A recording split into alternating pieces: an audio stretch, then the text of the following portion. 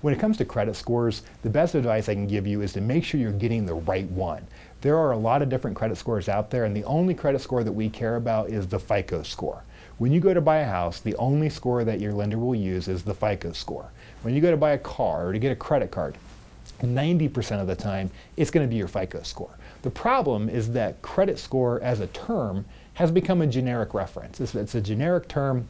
People say credit score, and you just make an automatic assumption that it must be the credit score that a lender would use, because who else would use a credit score other than a lender? That's the assumption. So what happens is that people go out and they buy a credit score, because you can go to annualcreditreport.com, get a free copy of your credit report every single year, but they do not give you a credit score for that. There's no requirement to give away a free credit score. Now you can get a credit score. You can in fact get a free credit score and not pay anything, or you can sign up for a trial offer for credit monitoring, and then they'll start charging your credit card later on when you forget to unsign yourself off of the trial period, whatever the case may be. But if they're giving you a credit score that's not the FICO score, guess what that credit score is worth?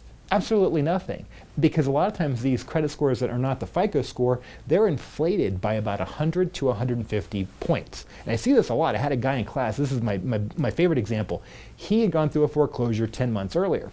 And in class, he's bragging about how he's got a 720 FICO score. Just 720 FICO score is a very good score. Ideally, that's our goal. Is if I can at least get above a 720 FICO score to 720 to 740 or higher, I should always get the best terms when it comes to lending.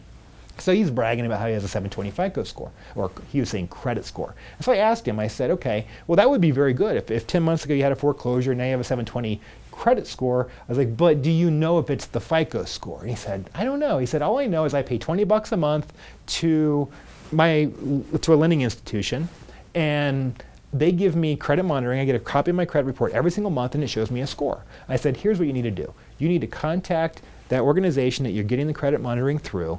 Find out, is this the FICO score that I'm getting, or is it some other score? Because if it's not the FICO score, you need to go to www.myfico.com, which is the consumer website for Fair Isaac, the creator of the FICO score, and that's myfico.com. That's where you can get your FICO score, but you have to pay for it. It's not free. Now, sometimes they'll have trial offers. Maybe you can get it for free, but make sure you don't sign up for something that you don't need. He did that because he called the credit monitoring service, and it was not the FICO score. It was some like the Vantage score or the Plus score, some generic credit score, not the FICO score. And so he goes to myfico.com. So here's a guy living his life thinking he has a 720 FICO score. Goes to myfico.com. Guess what kind of score he's got? Subtract 100 to 150 points off of that, and that's exactly where he's at. He had about a 590 FICO score. He's not getting good terms. He doesn't even qualify for an FHA loan. He wouldn't qualify for 3 years after the foreclosure anyway, but his FICO score is 590. Far, far, far away from a 720 FICO score. So it would be like me buying a scale that says, oh, well, you're 50 pounds lighter than you really are. That doesn't do me any good, because you know what? I'm not really 50 pounds lighter.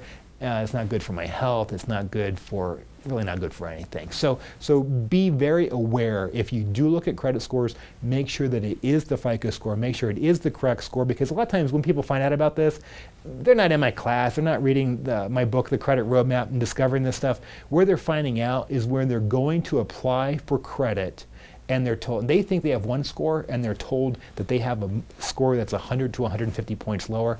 That's when they find out. So if you are interested in finding out what your credit score is, make sure you're getting the FICO score and not some other score, because it only leads to disappointment.